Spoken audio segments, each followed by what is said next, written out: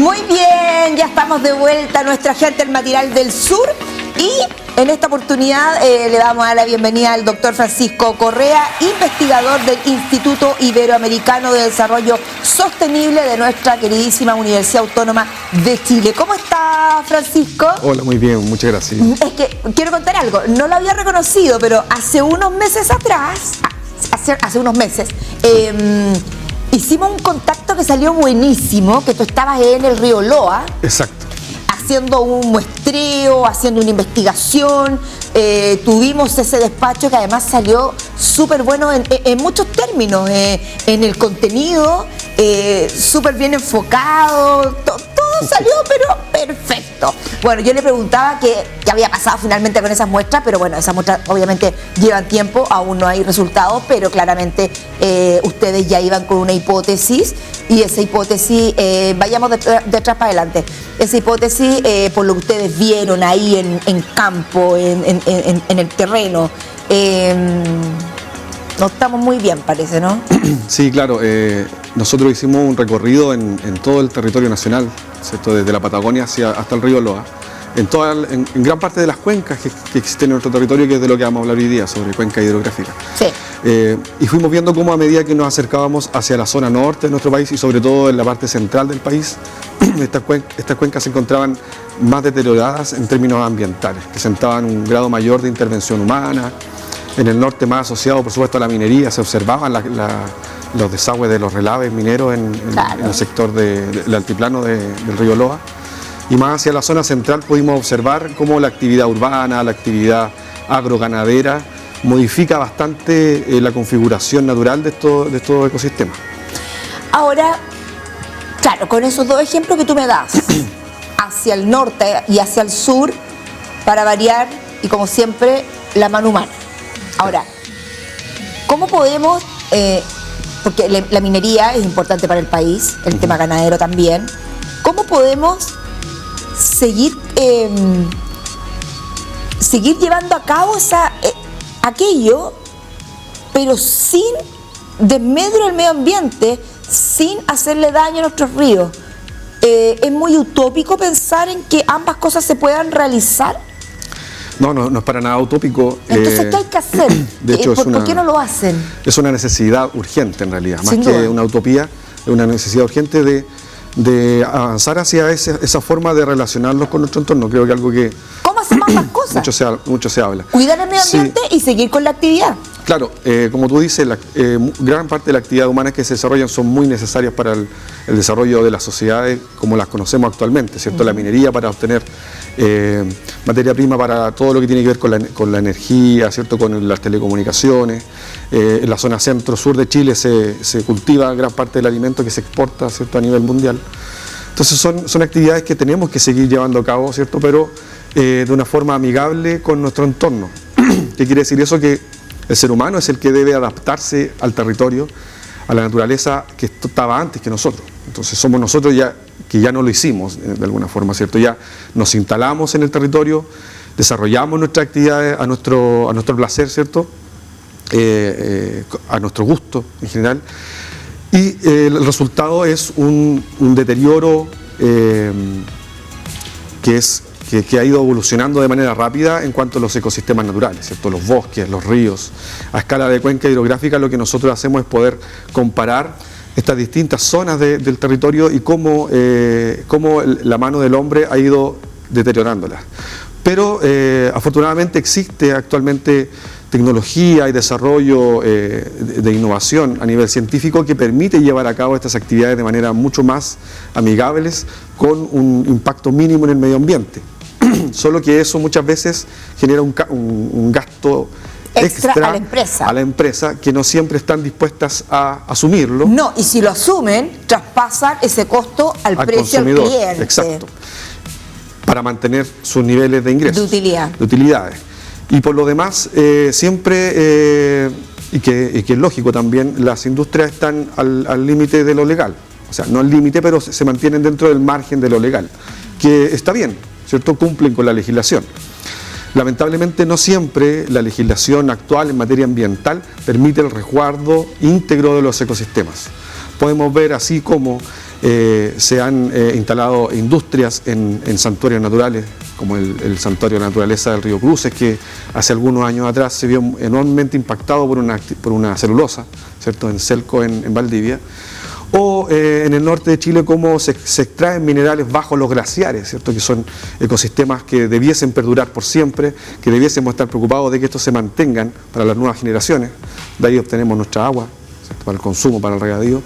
Entonces, por un lado, existe una legislación que es débil en esa materia, ¿cierto?, que no genera un resguardo efectivo de los ecosistemas, y por otro lado está el ser humano que siempre intenta o busca apegarse a lo legal, lo cual está bien, pero no va más allá, ¿cierto?, de observar que realmente muchas veces lo legal no es suficiente, ¿cierto? Bueno, no todas, pero en general las empresas siempre juegan sí, al borde y al límite del tema legal, ¿cierto? Ahora, creo yo, no sé qué opinas tú, saliendo un poco del tema para luego ya entrar de plano a las cuencas hidrográficas.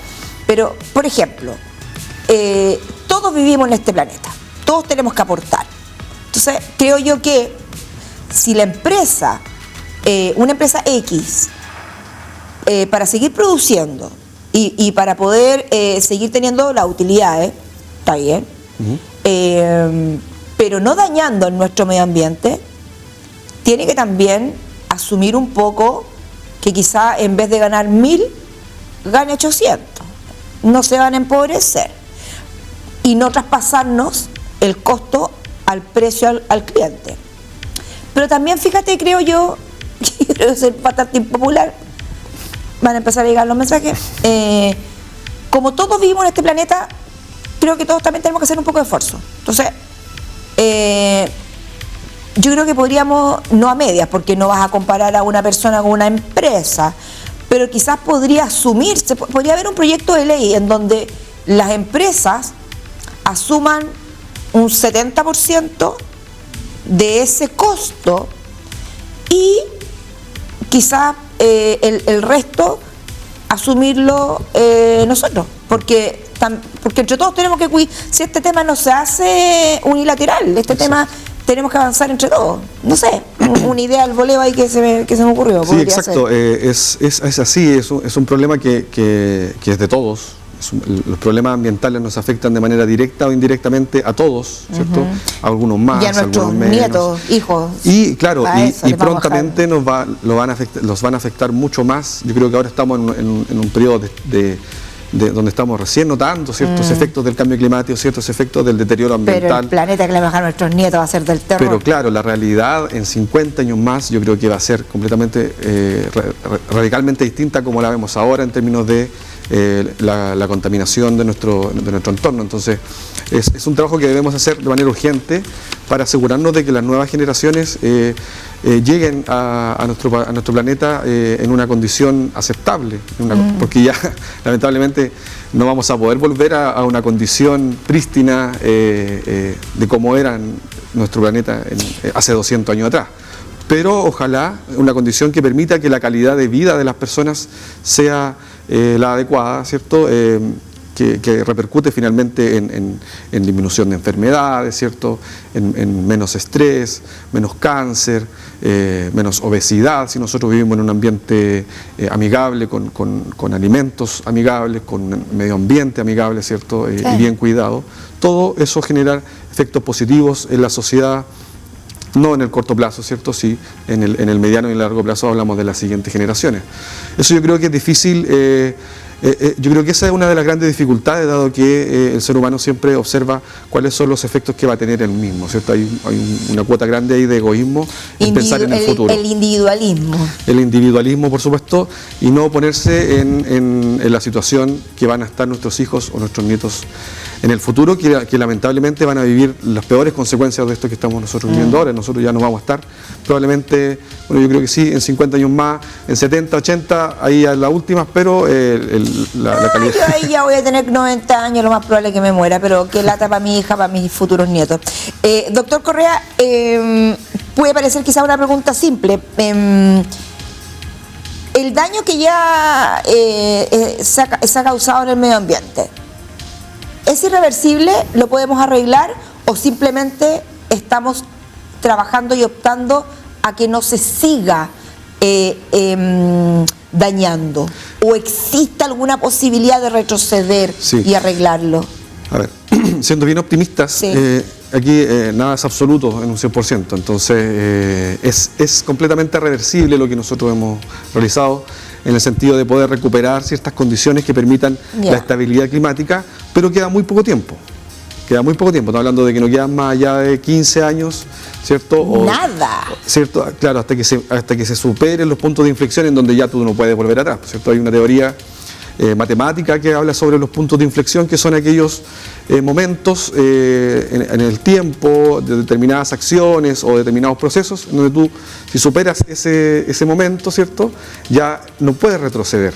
Es el punto de inflexión y eso se puede medir a diversas escalas y en diversos procesos. Cuando superemos, ya hemos superado muchos puntos de inflexión, sí, a nivel, a escala humana, pero cuando superemos el punto de inflexión relacionado con el incremento de la temperatura, por ejemplo, a nivel global, ya no vamos a poder retornar hacia una condición previa. Y esos puntos están establecidos y hay fechas para ello, ¿cierto? Se actualizan año tras año porque se van acelerando el avance hacia esos puntos de inflexión. Pero existe un periodo que todavía es significativo en donde se pueden llevar a cabo acciones. A nivel personal, individual, yo creo que el trabajo es más con nuestros hijos, ¿cierto? Para que nuestras hijas, nuestros hijos en un futuro, cuando ellos tengan la posibilidad de tomar decisiones, no sean las mismas decisiones que tomaron nuestros abuelos, nuestros bisabuelos, ¿cierto? En un pasado. Y es por eso que es bueno hablar de este tema, ¿cierto? Sí, y no hablo de decisiones, son decisiones puntuales que pueden generar efectos importantes en el medio ambiente, ¿cierto? El gerente de una empresa minera o el gerente de una celulosa o de una forestal y que en conjunto, ¿cierto?, con su equipo de trabajo toman decisiones que pueden involucrar grandes partes del territorio nacional, ¿cierto? Ellos manejan gran parte del territorio nacional en términos de la producción de alimentos, la producción de materias primas y que son muy relevantes, pero sus decisiones también tienen consecuencias para el entorno, ¿cierto? Probablemente no inmediatamente a la empresa o a ellos mismos, pero sí en un futuro. Entonces, intentar inculcar eso en nuestros hijos y por otro lado avanzar, y esto tiene que ser mucho más fuertemente a nivel político, en el trabajo con los tomadores de decisiones, ¿cierto? Los diputados, parlamentarios, leyes. diputados, Sí, ahí está el tema. Para trabajar en mejores leyes. Y finalmente, uno cuando es joven desconoce un poco este mundo de la política, y se enfoca, y me enfoqué yo también, en ser más activista, ¿cierto? De llevar a cabo acciones, eliminar microbasurales, hacer actividades de limpieza, dar charlas con... Y es súper valorable, pero es como impacto, sacar una arena dentro de un... Claro, sacar una pequeña parte del tumor probablemente va a generar algo positivo en ese lugar. Sin duda. Pero el tumor va a seguir creciendo. Absolutamente. Entonces, y la única forma en nuestro país de poder hacer cambios reales es a través de leyes. Yo siempre he dicho que lamentablemente también la cultura del chileno es, por ejemplo, al chileno le tenéis que pasar una multa, un parte, para que haga algo que conscientemente sabes que no tienes que hacer. Es como el cabro chico eterno, me da la sensación. Sí, pero... Siempre hay que estarlo castigando para que no haga algo. En países más desarrollados a nadie se le ocurre, la ordinaria es porque hay una cosa que me carga, llegar y tirar una hoja, un plátano por la ventana del auto. Eso tú no lo ves. Aquí sí. Sí, pero yo no estigmatizaría tanto al chileno en sí. No es una cuestión, yo creo que no es una cuestión del país, ¿cierto? Es una cuestión social global. Claramente en ciertos países con más historia, ¿cierto? Más historia democrática, con más historia de avanzar en construir mejores sociedades, estas cosas que tú mencionas seguramente es difícil de observarla. Aquí en Chile yo creo que nuestra historia es tan corta que todavía estamos enfocados en otros problemas que también son relevantes, ¿cierto? Pero nos ha avanzado en un trabajo de cómo queremos que sea nuestra sociedad, de educar a la sociedad para el futuro, porque estos cambios no son a corto plazo, estos cambios no van a ocurrir en 10 o 20 años más. Si nos sentamos a conversar hoy ¿cierto? Y se toman decisiones a nivel legislativo de cómo se va a formar una población. Estos cambios van a ocurrir en 50 años más, ¿cierto? Cuando nuestros hijos estén tomando decisiones. Cuando son nuestros hijos los que estén en esos cargos de decisiones, en las escuelas haciendo clases, ¿cierto? Trabajando en distintos rubros. Es con ellos que tenemos que hacer el trabajo hoy en día. ¿Sí? Todo lo que se puede hacer anexo es importante, pero hay que pensar que hay trabajos a corto y a largo plazo, que son ambos igual de importantes. Doctor, bueno, yo creo que ha sido súper bueno para la gente que nos está viendo haber tenido como este preámbulo, ¿no? Como para entrar en materia. Pero hablemos del tema, cuencas hidrográficas. Para quienes no vieron quizás ese maravilloso despacho, ¿cuál es la importancia?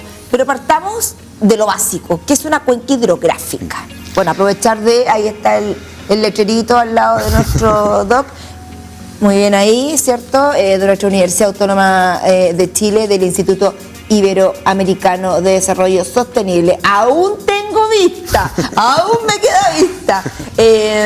Bueno, cuéntanos, y ahí estamos viendo imágenes. Sí, pues en esa imagen nosotros podemos ver en un color un poco más verde, ¿cierto?, la delimitación de una cuenca hidrográfica. Finalmente, ¿qué es lo que es una cuenca hidrográfica? Es una parte del territorio, una porción de nuestro territorio, que se delimita por aquellas partes donde están los cerros más elevados, ¿cierto? En las partes más elevadas de esa cuenca que nosotros podemos ver ahí, o en otras imágenes, está la delimitación de ese territorio, que implica que es un territorio en cuyas aguas fluyen hacia un punto en común, como se puede ver en ese esquema, por ejemplo. Tenemos aquí en Chile nuestra cordillera, en donde caen las lluvias, ¿cierto?, o el resto del territorio, y en los cerros más altos se divide hacia dónde las aguas fluyen, ¿cierto? Pueden fluir hacia la cuenca vecina, ¿cierto?, si tienen otra orientación, o hacia la cuenca que nosotros probablemente podamos estar definiendo, ¿cierto?, como se ve ahí, cómo fluyen las aguas hacia un punto en común. En Chile tenemos una particularidad de que nuestras cuencas la mayoría nacen en la cordillera y desembocan en el Océano Pacífico, ¿cierto? Son cuencas cortas en términos de su recorrido, y que su recorrido lo asemejamos al sistema circulatorio de nuestro cuerpo humano, ¿cierto? En donde el sistema circulatorio drena con sangre a todos los rincones de nuestro cuerpo. Qué buena analogía. Hasta la punta de los dedos, ¿cierto? En nuestro cerebro, en nuestras piernas, etcétera. Y a nivel planetario están estas cuencas hidrográficas, que son sistemas circulatorios que, como se ve en las imágenes, nutren, drenan y transportan el agua que viene desde las precipitaciones hacia los distintos rincones de nuestro planeta. ¿Y que cuando deja de llegar a cierta parte? Genera cambios que afectan negativamente a quienes habitan en esos lugares. Y qué buena analogía que hiciste, porque siguiendo tu ejemplo, a ver, no sé, no se me ocurre ya una persona con diabetes, ponte tú, ya, o una persona con hipertensión, o que tiene problemas de la circulación. Claro. Si la circulación deja de avanzar de manera normal y óptima, y supongamos que no llega a las arterias de las piernas, y en algunos casos tienes que amputar la pierna. Por eso que encuentro genial tu analogía, porque es lo mismo, aquí pasa lo mismo, ¿no? Y vemos que el ciclo final de el camino final del agua en este recorrido por la cuenca hidrográfica somos nosotros, ¿cierto? Finalmente llegan a la llave que tenemos en nuestra casa, ¿cierto? Claro. La llave de agua, y la tomamos. Sí. Y ahí se acaba el recorrido. Pero para que esa agua llegase, ¿cierto?, a nuestro vaso en la casa, tuvo que recorrer todo este territorio. Sí. ¿Por qué? Porque es parte de su ciclo, ¿cierto? Y no solo eso, además también están las sanitarias, ¿cierto?, que tienen que hacer un tremendo trabajo también de tratamiento de agua, donde hay todo un tema y un proceso. Nosotros hemos ido como matinal también a ver cómo llegan las aguas también servidas, donde se vuelven a limpiar, y es un mundo. Sí, por ejemplo acá en esta imagen estamos viendo mapas a escala global, ¿cierto? Son grandes continentes donde se diferencian por colores cuáles son las principales cuencas hidrográficas dentro de esos territorios. Creo que ese es parte de Centroamérica, ¿cierto?, que se están mostrando ahí por secciones. Acá tenemos, eso es Brasil, ¿cierto?, una parte de Sudamérica, se ve gran parte de la cuenca del Amazonas en la parte superior. Y ahí, esto es Australia también, ahí tenemos Norteamérica. ¿Cierto? Cada color es una gran cuenca hidrográfica que es independiente de la que está a su lado. Esa es África. Respecto de las cuencas, doctor, más o menos, por ejemplo, Latinoamérica o a nivel mundial, ahí usted diga qué ejemplo me da, quizás más cercano, de todos los países, ¿cuál está mejor y cuál está peor? En términos ambientales. Sí. Wow. O de cuencas, pues ya, sí. para acotarlo. Sí. Es que cuando hablamos de cuencas, la cuenca es un límite teórico, bueno, teórico práctico, que nos permite definir un territorio que es comparable entre sí, porque todo lo que ocurre arriba, ¿cierto?, va a repercutir abajo. La lluvia que cae en la cordillera, aquí cerca de Caburga, por ejemplo, ya fluye por los ríos y pasa por aquí al lado en el río Tolten, ¿cierto?, un poco más allá en Petrufquén, y luego llega al océano. Si nosotros instalamos una central nuclear, ¿cierto?, cerca de Pucón, por ejemplo, ya va a generar un impacto ahí, por supuesto, pero además a todos los habitantes que viven aguas abajo, porque todo lo que ocurre arriba, ¿cierto?, repercute aguas abajo. Hay poleras que se venden, hay una campaña a nivel global que habla del concepto de aguas arriba, aguas abajo, que todo lo que tú haces en la parte superior de las cuencas repercute aguas abajo. Y hay una película que podría citar que está en Netflix, que no recuerdo el nombre en este momento, pero tiene una serie de niveles, de pisos, ¿cierto?, en donde hay distintos grupos de personas que viven en estos niveles. ya La comida empieza a llegar desde la parte más alta, un gran plato de comida, ¿cierto?, abundante, y empiezan a comer las personas que están en la parte superior de esta torre, de este edificio, no se sabe lo que es. Y los últimos comen los desperdicios, ¿cierto?, de la gente que se alimentó de este plato arriba en la parte superior. En las cuencas hay algo similar, ¿cierto? Las comunidades biológicas y humanas que viven en las partes de abajo de las cuencas, ¿cierto?, son las que reciben los contaminantes que están en la parte superior, ¿cierto? Eso es por teoría, está reportado, ¿cierto?, y es así.